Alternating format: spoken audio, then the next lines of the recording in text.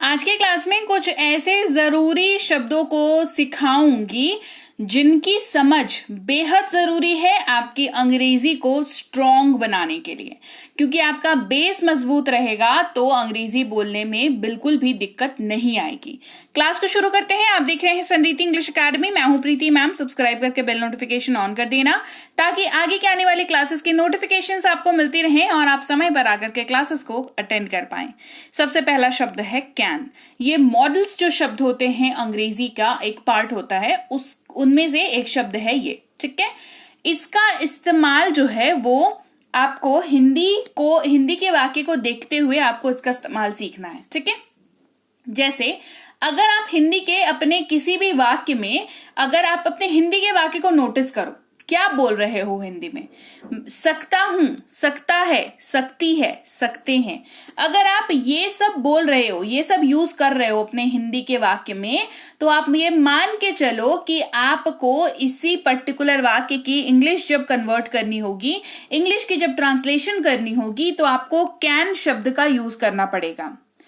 आपको सिर्फ एक बात का ख्याल रखना है जब आप कैन को यूज करें। कैन जो है वाक्य में योग्यता को दिखाता है। हमेशा किसको दिखाता है? योग्यता, यानी कि एबिलिटी को दिखाता है। कुछ कर पाने की क्षमता कह लो, योग्यता कह लो, एबिलिटी कह लो। अगर वाक्य आप जो बोल रहे हो हिंदी में वो डायरेक्टली या इनडायरेक्टली इस बात के ओर इशारा कर रहा है, योग्यता की ओर इशारा कर रहा है, तो अब तो 100% उसकी अंग्रेजी में कैन का यूज किया जाएगा। वे अंग्रेजी बोल सकते हैं, दे कैन स्पीक इंग्लिश, ये योग्यता है, राइट। वह तैर सकती है, शी कैन स्विम, ये भी एक योग्यता है। तो दोनों ही क्योंकि योग्यता है तो कैन का इस्तेमाल करके ये वाक्य ट्रांसलेट हुआ। वहीं पर अगर वाक्य में सकता हूं, सकता है, सकती है, सकते हैं तो इस्तेमाल हो रहा है, लेकिन उसकी अंग्रेजी में मे का इस्तेमाल करेंगे कब? जब आपका वाक्य जो आप बोल रहे हो उसमें डायरेक्टली या इनडायरेक्टली संभावना दिखाने का कोशिश किया जा रहा है, अनुमति मांगने की कोशिश की जा रही है, या अनुरोध यानी कि रिक्वेस्ट दिखा रहा है। वो वाक्य आपका क्या दिखा रहा है? या तो संभावना दिखा रहा है, यानी कि कोई संभावना बन रही है, पॉसिबिलिटी बन रही है। अनुमति यानी कि परमिशन के बारे में बात कर रहे हैं, या रिक्वेस्ट के बारे में बात कर रहे हैं अगर तो आपको अंग्रेजी में मे का इस्तेमाल करना है। हमें देर हो सकती है, We may be late, है ना। आप श्योरिटी के साथ नहीं कह सकते हो, लेकिन आपको ऐसा लग रहा है सीन देख करके कि संभावना बन रही है कि लेट हो जाएंगे हम लोग, तो आप इसकी ट्रांसलेशन में मे का इस्तेमाल करेंगे, We may be late। क्या मैं आपकी सहायता कर सकता हूं? May I help you? यहां पर आप सामने वाले से पूछ रहे हैं कि सहायता कर सकता हूं। हो सकता है सामने वाले को आपकी सहायता चाहिए ही नहीं, लेकिन तो आप ऐसे जबरदस्ती करने जाओगे तो होता है ना, नेकी कर और दरिया में डाल, वो वाला सीन हो जाएगा। इससे बेहतर है कि हम पूछ लें कि क्या मैं आपकी सहायता कर सकता हूं। तो अगर जवाब हाँ आता है तब तो बेशक सहायता करिए, और इसका जवाब हो जाएगा मे आई हेल्प यू। आगे बढ़ते हैं। अगर आप अपने वाक्य में सका, सकी, सके या पाया, पाई, पाए का इस्तेमाल कर रहे हैं तो अंग्रेजी में कुड का इस्तेमाल करेंगे। किसका इस्तेमाल करेंगे? कुड। मैं ये काम कर सका, मैं ये काम कर पाया, मैं वहां जा सका, मैं वहां जा सकी, है ना। ये अगर आप यूज कर रहे हैं तो कुड का यूज करेंगे। और कुड जो है, कुड की भूमिका क्या होती है? कुड वाक्य में क्या दिखाता है? ये वाक्य में भूतकाल की योग्यता के बारे में बात करता है। क्यों? क्योंकि कुड जो है वो कैन शब्द का पास्ट है। क्या है? कैन शब्द का पास्ट फॉर्मेट है कुड। ये वाक्य में भूतकाल की योग्यता के बारे में बात करता है, यानी कि पास्ट एबिलिटी के बारे में बात करता है, या सुझाव को भी दिखाता है। मतलब कुछ वाक्य आपको ऐसे भी मिल जाएंगे जो सुझाव दिखाने वाले होंगे, लेकिन वहां पर भी आपको कुड इस्तेमाल होता हुआ दिखेगा। वह नहीं जा सका, ही कुड नॉट गो। वह नहीं जा सका, ही कुड नॉट गो। हम अच्छे से पढ़ाई कर सके, वी कुड स्टडी वेल। हम अच्छे से पढ़ाई कर सके, वी कुड स्टडी वेल। बढ़ते हैं आगे। बात करेंगे कुड के साथ जब बी लगता है। कुड और कुड बी इसलिए साथ में पढ़ा रही हूं क्योंकि बहुत सारे लोगों को कुड और कुड बी में कंफ्यूजन होती है, क्योंकि उनको लगता है हो सकता था की जगह पर भी कुड का यूज कर सकते हैं। But let me make it clear कि हो सकता था या हो सकता है, ये पॉसिबिलिटी दिखाने की बात करता है। ठीक है, ऐसा हो सकता था, वैसा हो सकता था, है ना, वैसा हो सकता है ना, ये वो अपने घर पर हो सकता है, इस तरीके की बात हम कर रहे हैं। ये पॉसिबिलिटी दिखाने की बात हो रही है। तो अगर ऐसा सा सीन बन रहा है वाक्य में तो अंग्रेजी में कुड बी का यूज करेंगे। जैसे वो अस्पताल में हो सकता है, ही could be in the hospital. वो अस्पताल में हो सकता है, ही could be in the hospital, संभावना जताई जा रही है। क्लियर? वह बीमार हो सकता था, he could be sick. He could be sick, वो बीमार हो सकता था, ही कुड बी सिक। बढ़ते हैं आगे। अगला शब्द है माइट, MIGHT। माइट इसको पढ़ते हैं और ऐसा नहीं है कि इसका इस्तेमाल नहीं होता, है ना, ये बहुत अच्छे से इस्तेमाल होता है, बशर्ते आपको उसको इस्तेमाल करना आता हो। आपने ना बहुत सारे लोगों के मुंह से ये इस वर्ड का यूज नहीं सुना होगा। रीजन जानते हैं क्या है? क्योंकि वो भी जोड़ ताली करके ही अंग्रेजी बोल रहे हैं। फ्लुएंसी कभी नहीं आएगी अगर इन शब्दों पर महारत नहीं हासिल करोगे। इनकी समझ, इनके ऊपर पकड़ जरूरी है, तभी आप माइट को यूज कर पाओगे। माइट का इस्तेमाल बहुत आसान है, पता है। वाक्य की शुरुआत में, अपने हिंदी वाक्य को नोटिस करो, आपके हिंदी वाक्य की शुरुआत में शायद लिखा हुआ है और उसके लास्ट में सकता है, सकती है, सकते हैं, तीनों में से कुछ एक लिखा हुआ है। तो ये समझ लो कि अंग्रेजी में माइट का यूज करने का टाइम आ गया है। ये वाक्य में संभावना को दिखाता है, पॉसिबिलिटी को दिखाता है, क्योंकि शायद लगा हुआ है। इट्स वेरी ऑब्वियस, है ना। शायद बारिश हो सकती है, कहेंगे it might rain. It might rain. उन्हें शायद देर हो सकती है, they might be late. They might be late. फिर है विल। ये शब्द फ्यूचर को दिखाता है, इसका मतलब गा गे गी होता है। वे घर जाएंगे, दे विल गो होम। मैं पढ़ाई करूंगा, आई विल स्टडी। तो ये वाला हिंदी का जो वाक्य है वो हम फ्यूचर को दिखाने के लिए बोलते हैं और इस वाक्य की अंग्रेजी में विल का इस्तेमाल होता है। तो सिंपल है ना। फिर है वुड। इनको साथ में क्यों पढ़ा रही हूं? क्योंकि इन दोनों का ही जो मतलब होता है ना वो होता है गा गे गी। मतलब अगर वाक्य के अंत में गा गे या गी का इस्तेमाल कर रहे हैं तो आप या तो विल का इस्तेमाल करेंगे या तो वुड का इस्तेमाल करेंगे।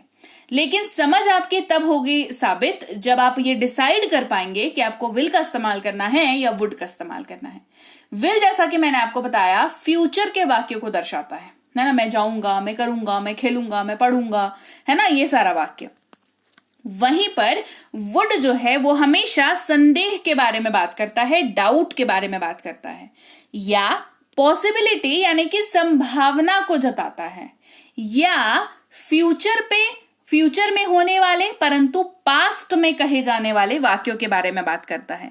जैसे वह परीक्षा उत्तीर्ण करेगी, हमने कहा she would pass the exam. अब ये इसमें she will pass the exam क्यों नहीं कहा हमने? क्योंकि भाई कल किसी ने नहीं देखा है, हो सकता है वो एग्जाम पास ना करे। तो आप एक संभावना जता रहे हो या कह लो डाउटफुल सा वाक्य कह रहे हो कि वो एग्जाम पास करेगी, है ना। She would pass the exam. आज बारिश होगी, इट वुड रेन टुडे। ये अगेन आप संभावना जता रहे हो, है ना, आप पॉसिबिलिटी की बात कर रहे हो तो वुड का इस्तेमाल कर लेंगे।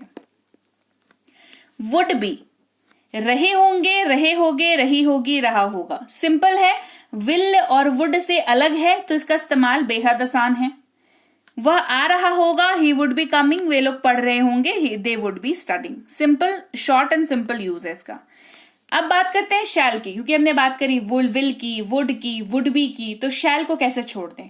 शैल को छोड़ेंगे नहीं, समझ लेंगे क्या होता है, लेकिन समझ तक ही सीमित रखेंगे। रीजन बीइंग कि शैल का इस्तेमाल अब व्यावहारिक तौर पर स्पोकन इंग्लिश में नहीं किया जाता और शैल जो है उसका मतलब होता है गा गे गी। पहले यूज होता था, अब जो मॉडर्न इंग्लिश है उसमें या मॉडर्न ग्रामर है कह लीजिए, उसमें इसका प्रयोग आपको नहीं दिखेगा।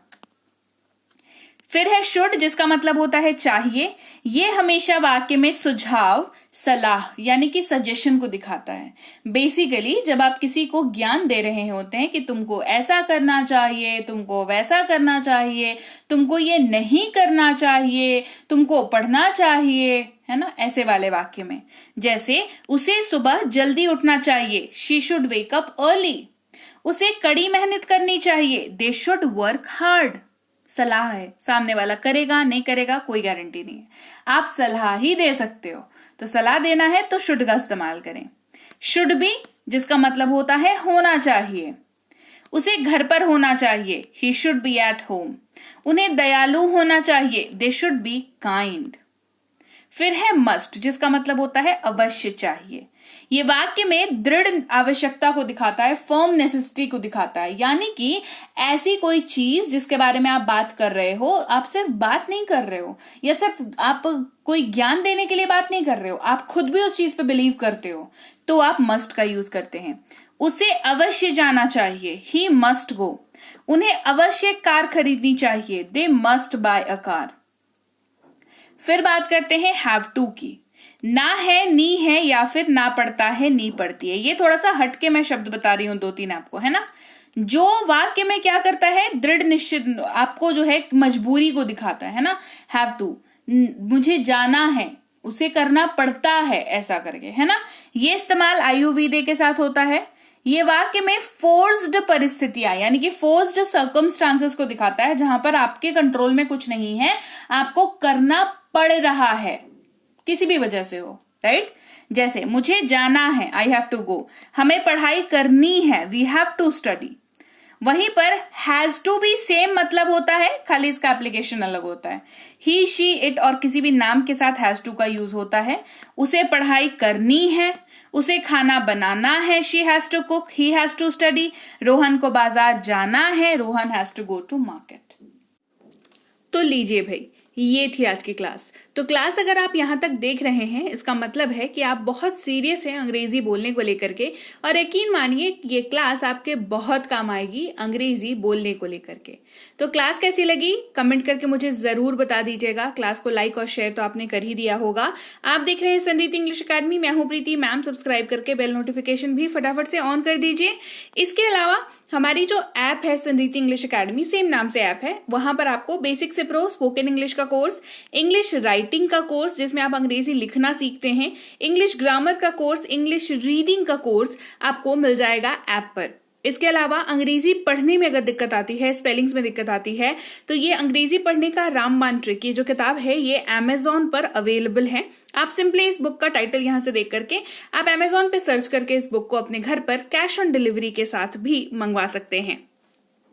इसके अलावा अगर आपको ई बुक्स की जरूरत है, तो चाहे वो वर्ड मीनिंग की ई बुक हो, टेंसेस की हो, आपके स्पोकन इंग्लिश की हो, ग्रामर की हो, या मिनी स्पोकन इंग्लिश स्ट्रक्चर्स की हो, जो कि क्विक रिवीजन का आपको मौका देती है, क्विक समझने का आपको मौका देती है, ये सारी की सारी ई बुक्स जो है हमारी ऐप पर अवेलेबल है। ऐप में जाकर के आप इनको इजीली वहां पर ले सकते हैं। इसके अलावा हमारी क्लास, हमारी पेड क्लास या किसी भी तरीके की अंग्रेजी को लेकर के समस्या अगर आपको आ रही है, तो इस नंबर पर व्हाट्सएप मैसेज करके आप हमारे साथ संपर्क कर सकते हैं, हमारे ग्रुप में जुड़ सकते हैं। और इस किताब को मंगवाने के लिए भी आप सिंपली इस नंबर पर व्हाट्सएप मैसेज करके भी इस किताब को अपने पास मंगवा सकते हैं।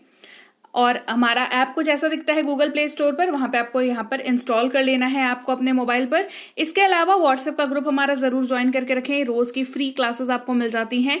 टेलीग्राम का चैनल हमारा जरूर ज्वाइन करके रखें, वहां पर भी आपको क्लासेस मिल जाती हैं, कुछ इंपॉर्टेंट अनाउंसमेंट होता है वो भी आपको पता चल जाता है, और ऐसे आप जो है अंग्रेजी के संपर्क में बने रहते हैं। तो thank you so much for watching आज की क्लास को। मैं आपसे मिलूंगी आपकी अगली क्लास में। Till then thank you so much for watching. Stay tuned to Sanriti English.